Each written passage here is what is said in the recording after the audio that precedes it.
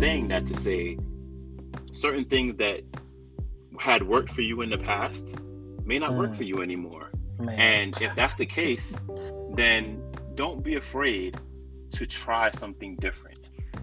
Because what got you there, what got you somewhere in the past may not get you somewhere in the future. And that's okay. We change hormonally, we change mentally, we change physically. And as you change, you have to change the things that work or may not work for you. And it's okay. You know, that's one thing that I had to learn as well. You know, being upset with certain things that weren't happening, but also not being able to, being so rigid that became my bottleneck.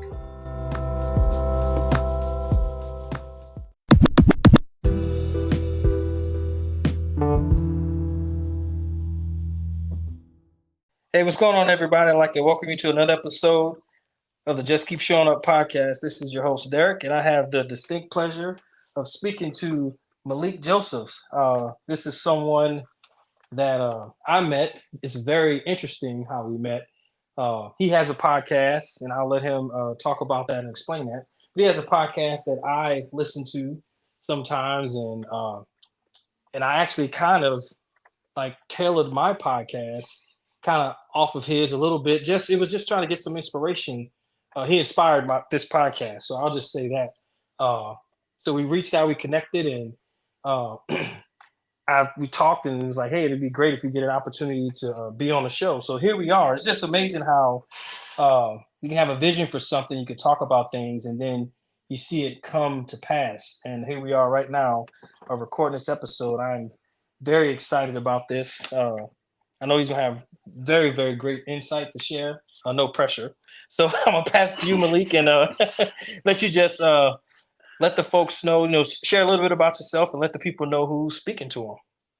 Sure thing. Well, first of all, thank you. I'm honored to be a part of your show, and I appreciate you just even considering me to be on here. So I'll say that I'm a podcast host. I'm a father of an amazing 6-year-old daughter that I have.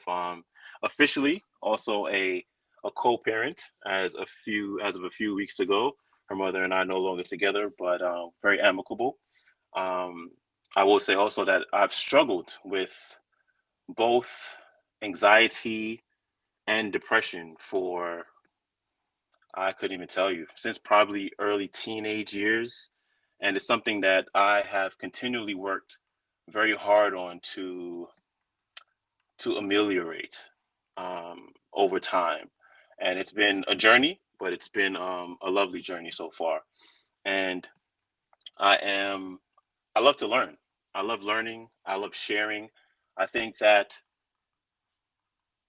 I'm on this planet to share, to be the conduit, to share information and connect people with resources. And I love learning, as I said, and all things about health, about mindset, personal growth, and I would say spirituality. All of those things combined. And as I said, I'm a host of a podcast. It's entitled The Depression Detox Show. And it's aimed to help people that are in, I guess, dire times or even good times, just to really provide inspiration and motivation to their lives. Because I feel like we're all at some point, go through the ups and downs of life. And sometimes you just need a little bit of a spark to continue to go on your journey. So that's a little bit about myself. Hope it wasn't too long. That Malikee, man, that was not too long at all. And I'm sitting here. Before I say that, I'm talking to you from? Yeah, what part of the country are you in? Oh, I live in New York. New York. Okay, so born and raised in New York. Yeah. Okay, yeah. So you're out on the East Coast with me. I'm down in Baltimore. Okay. So yeah, so not too far away at all. You just said a lot in such a great way.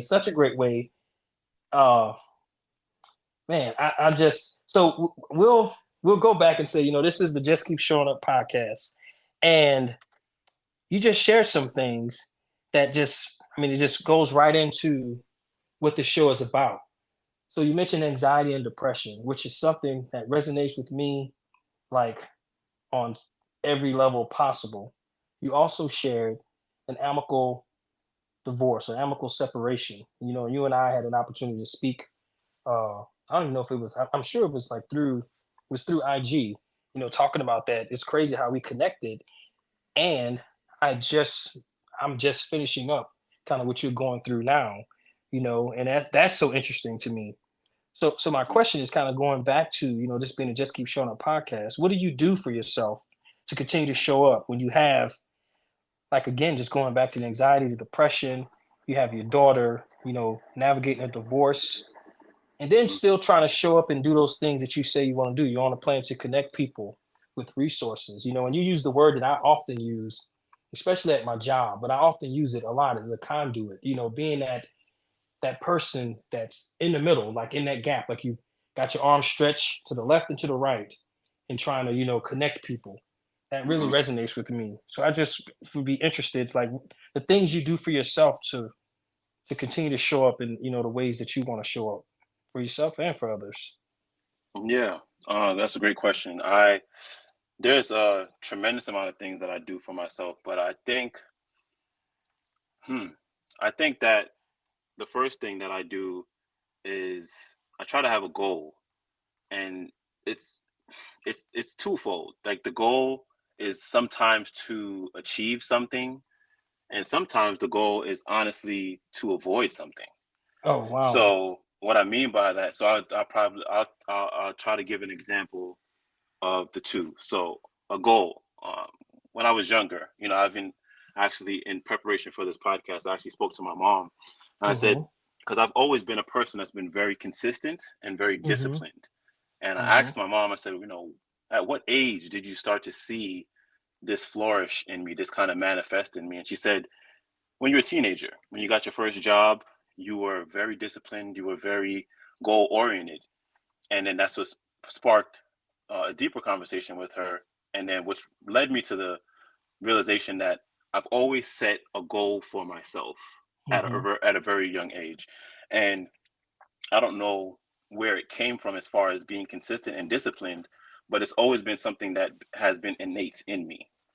Mm-hmm. Um, so a goal. I'll give you a quick example. You know, the condominium that I'm sitting in right now. Uh, I, I decided that I wanted to purchase my first real estate when I was probably like 18 or 19, Mm-hmm. and I worked very hard. I saw that goal. I saw it through, and worked three jobs at one time. Missed some relationships, missed some, you know, some social events and things like that to in order to achieve the goal at the age I wanted to achieve it.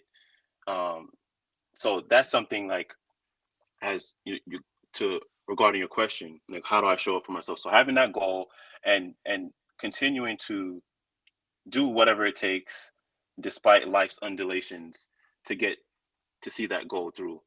So that's probably a quick example of like how I show up for myself, being goal oriented and want to achieve something. Mm-hmm.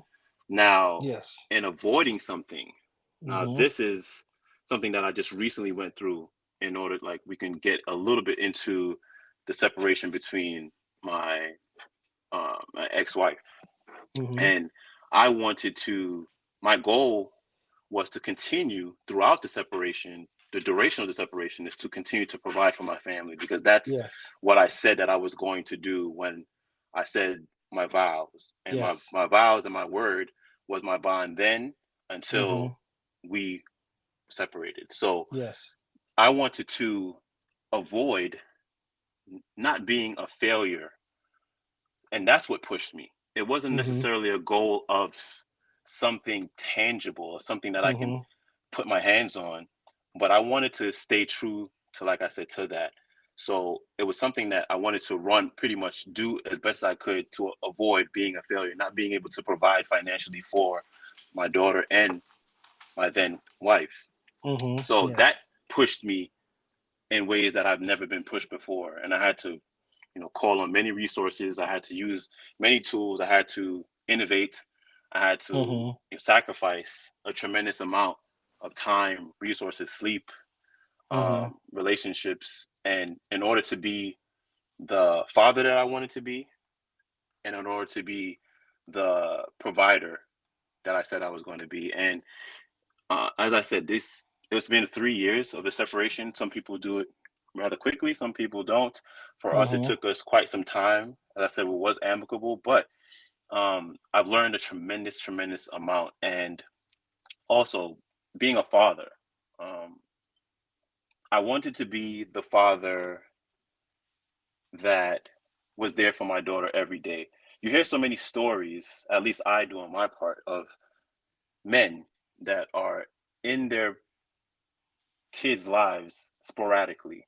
And Mm-hmm. once they go through some kind of disagreement with their spouse Mm-hmm. or their partner, they tend to the relationship between the kids typically are strained, Yes. where they don't see the kid as often, and they may emotionally be so distraught that they won't be able they're not able to show up Yeah. for them as they once did. So I wanted to break that uh stigmatism, that narrative. So I see my daughter every day, no Mm-hmm. matter what, as if we were still, let's say, together. I still allot the same time that Mm-hmm. I would have had we been together. So in order to do that, in order to still provide for yourself, because now I'm separated, so I have to deal with my finances, my Mm-hmm. resources, my time, my energy, as well as provide for them. It takes a tremendous amount. So I was running away from not failing, and I Mm-hmm. was going toward being the best dad that I can be. And I believe being a father that is there for your child emotionally, there for your child to cultivate a relationship with them, I think is what a good dad is. I've always Yeah. asked, I've always, whenever I want something or whenever I want to achieve something, I go really deep Mm-hmm.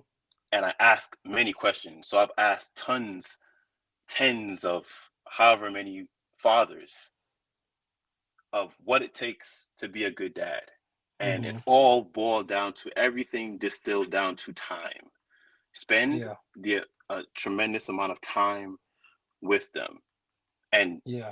be present during those times. Mm-hmm. So when I got that and I went through the situation that I went through, I knew that that was my goal, to be there, be present as much as I possibly could. And then that was my first goal. And then also to not fail at the other things while still Yes. being there for my daughter. So I'm extremely proud of myself Mm-hmm. for what I was able to accomplish for this past 3 years. Yeah. And although it has come to a close, I said we are amicable. It was a tremendous amount of growth that happened during that time, and a tremendous amount of pain, to be Yeah. quite honest with you. Yes. But in that, I learned a tremendous amount about myself. So to go back to your question again, I showed up for myself. And how do I show up for myself is to have a goal, whether it be to avoid something or whether it be to go towards something, and stay true to what I said that I would do, regardless of life circumstances. Yeah. Yes. And that all of that resonates with me like so much because it was the exact same with me. It's like a 3-year journey, and that was one of my goals is to continue to provide for my family, and it was off of that the vow, what I said I was going to do. Uh, and as you were talking, man, I just kept thinking to myself that to me it seems like what carried you through with both of those things, setting a goal, uh, and having a goal to achieve, and then also avoiding something. Both of those took consistency and discipline, and I think that's very, very good. And it was interesting you spoke about the good dad because I was thinking to myself, good dad is that it can be relative, but then you kind of quantified it where you're saying spending time. Uh, and I wrote down a note. I said, spending time and remembering that we're actually helping our children write their story, the story that they will tell one day when they get older. And then I also just want to take the time to applaud you to say that, you mentioned feelings, you also mentioned, when you go through a divorce, and we both have experienced that we can get some people can get caught up in, it's for the men, for the dads, where the challenge that you're having your with your former spouse or your kids mom may cause you to not spend as much time with with your children, so that's really, really good. Hmm. And I appreciate you actually just being vulnerable and sharing that and talking about, you know, uh, the things that you do for yourself to continue to show up.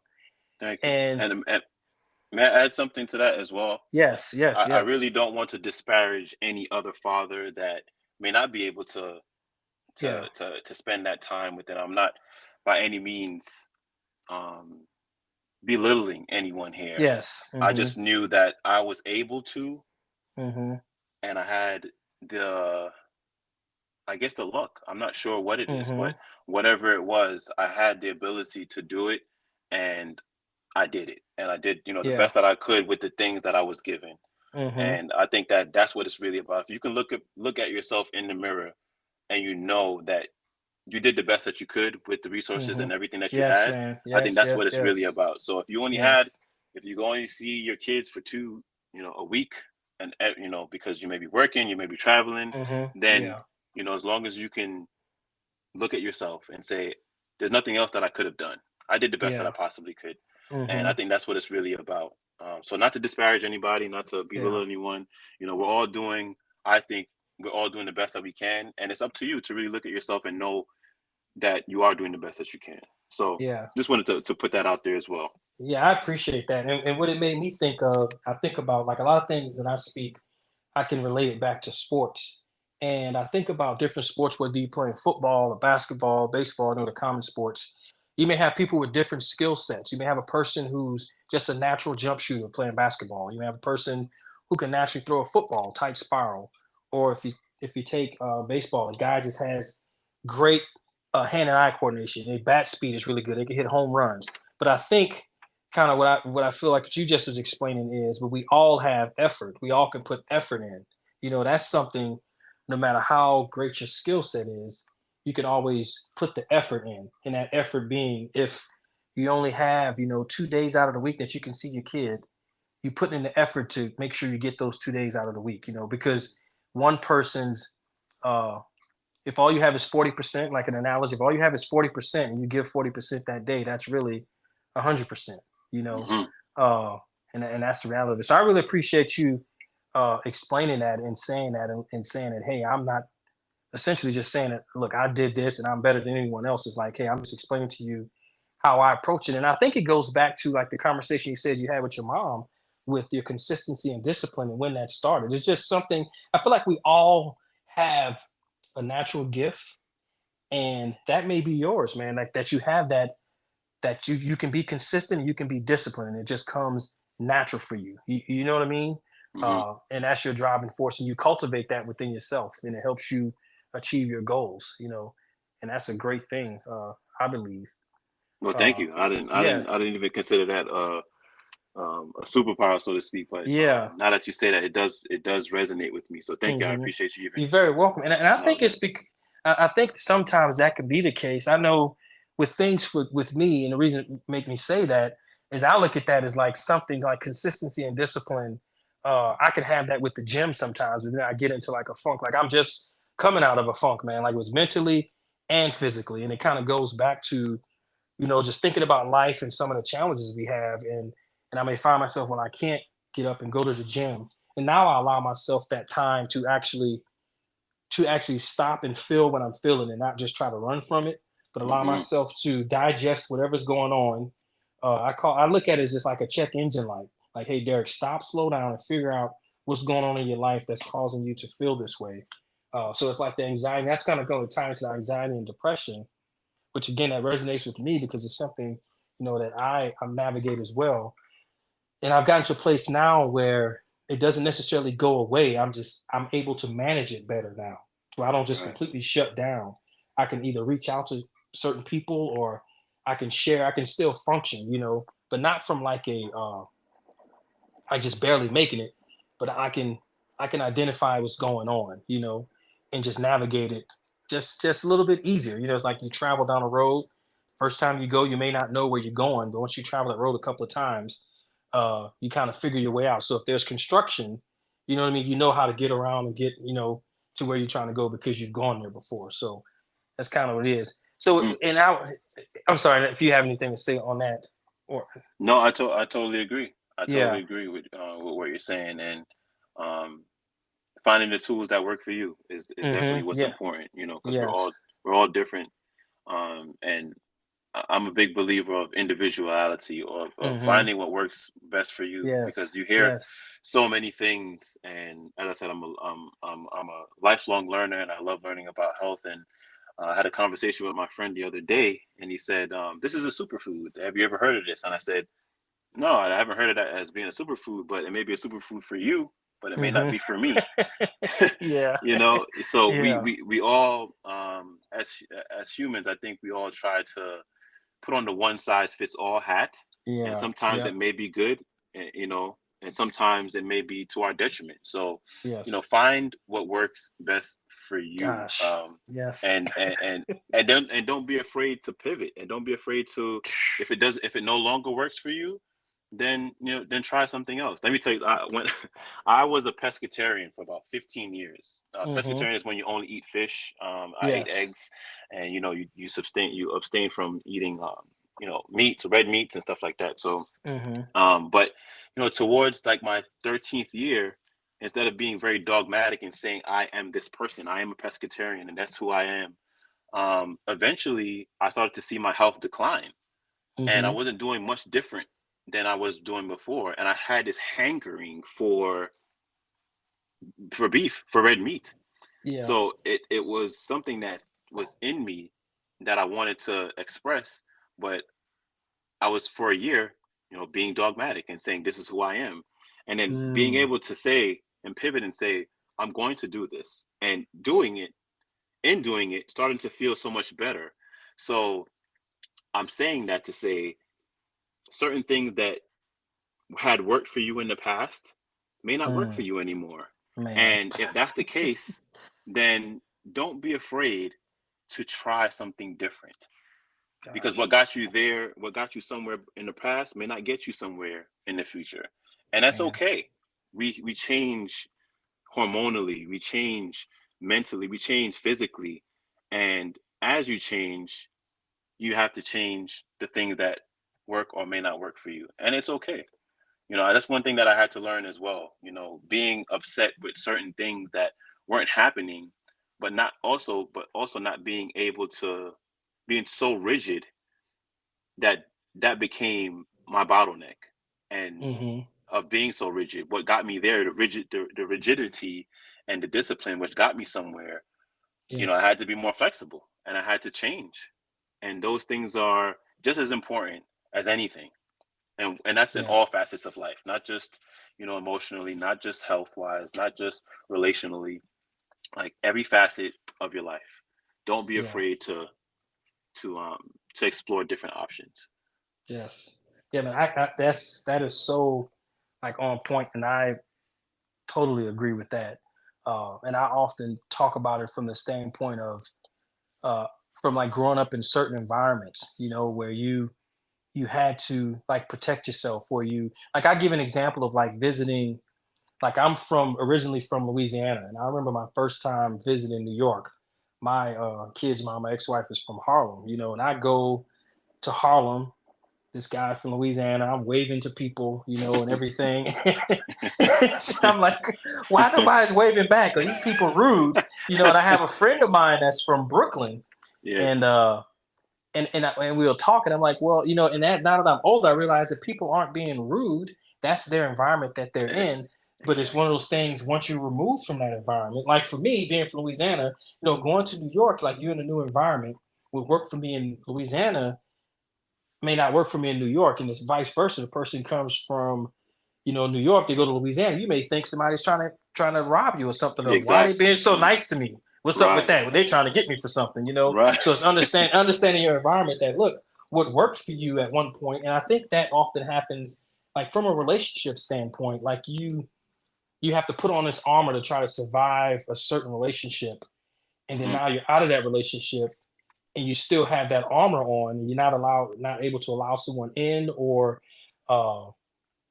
it's just it's no longer you no longer need it. Or just for example, like you grew up in the hood, you grew up in a very an area where you had to lock all your doors and everything, and then you move to the suburbs, you move to the area that's safer, and you still like in prison, within Mm-hmm. yourself. And it's like you have to pivot. You've shifted, you've changed your environment, you're in a different area, so it's kind of like, so that's really good. I really agree with that, with the pivot. And it's okay. Like that's the thing you kept saying. It's like it is okay to pivot. It's Mm-hmm. okay to explore different things. And I think it's so insightful, man, for you to mention, how you change, your diet, and trying to like hold on to, no, this is all I eat is a certain food. It's like my body's craving red meat, Mm-hmm. and Right. it's like, and I feel like our bodies is speaking to us all the time. Uh, are we I willing to agree. kind of listen? So that's really, really good, man. That's so good. I actually put a Thank little note here for myself with that one at that point. So this is my final question for you, man. You kind of just did it, but I mean, give you another opportunity. If anything that you shared, man, this has been really good, and I really appreciate, uh, you just opening up and sharing. Anything that you've shared, man, resonates with anyone that's listening to the show. What advice would you have for them? I feel like you kind of just did that, but if you want to recap or you. just any final words. Yeah, I would say, to double back on, finding what works for you, and not necessarily going with the one size fits all herd mentality approach. Mm-hmm. What works for someone else, although they tout it as being the best thing, may not work Mm-hmm. for you.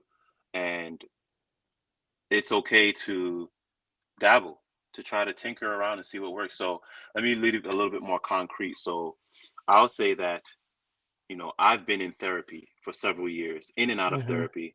At one point that was very influential in my life, and I felt like I needed it at that particular time. And then something, physical. So going to the gym, working out, going for a Mm-hmm. morning jog, and then it became journaling, and then it became, which journaling does not work for me. Mm-hmm. Many people you'll talk to, or you'll in the personal development sphere, it will say journal, gratitude, do all these things, and before you know it, you're 2 hours in and you haven't gone to work yet. Mm-hmm. You can't journal and do a hot tub sauna and do all these things. So find what's going to give you the most bang for your buck. For me, Mm-hmm. that's meditation.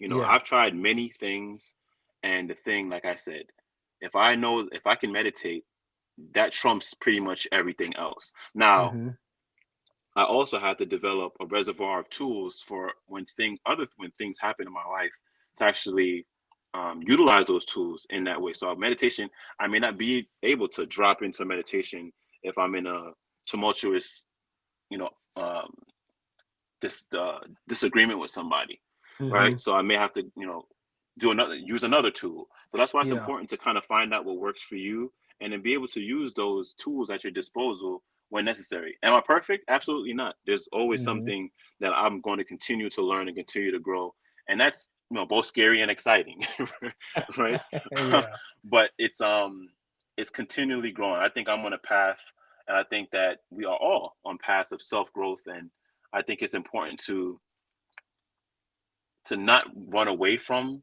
that, and try as the best as we can to continually push forward in a positive way, and then be able to help others by you doing that.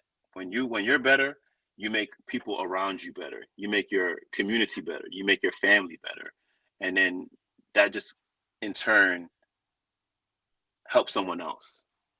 So yeah, to recap, like, if anything resonates with anybody, I would say just find out what works for you. There's a plethora of things that's out there. I also listen to a ton of self-development yeah, and inspirational content, so that also fortifies a lot within me, because I get a lot of different insight, different perspectives. A lot of things don't even show up on the show. I go through mhm, a lot of content. I probably listen to about 8 to 10 hours of content per week, and wow, the show is about 15 minutes at tops Mm-hmm. every pretty Yeah. much Monday through Friday. So there's a lot of Mm-hmm. things that don't get to be on the show, but it's still life lessons and things that I can take away from it. So I would say just be a steward of just be earnest in your your way of life. Be earnest Mm-hmm. in trying to continually be better. And even if it's at 1%, whether it be 2%, whatever you can, just continue to move forward in a positive direction. Hey Malik, so one last thing, man. Can you let everybody know where they can go to listen to your podcast and remind them of the title of it again? Yeah, absolutely. It's the name of the podcast is entitled The Depression Detox Show, and you can find that on anywhere you get your favorite podcast. So we're on Apple, we're on Spotify, we're on Castbox, and pretty much any platform that you listen to podcasts on, you can find it there. So Malik Josephs at Depression Detox Show. I also want to add that you can connect with Malik on Instagram at that same spot, the Depression Detox Show. I appreciate it, man. This was really good. Thank you so much for your time. Thank you for being on the show. And yeah, thanks a lot, man. No, anytime. Thank y'all. Like as I said in the intro, I'm honored to be on. I'm honored that you considered me to be on the show, and I appreciate what we've our relationship and what we've had so far. So Yes. thank you. Thank you.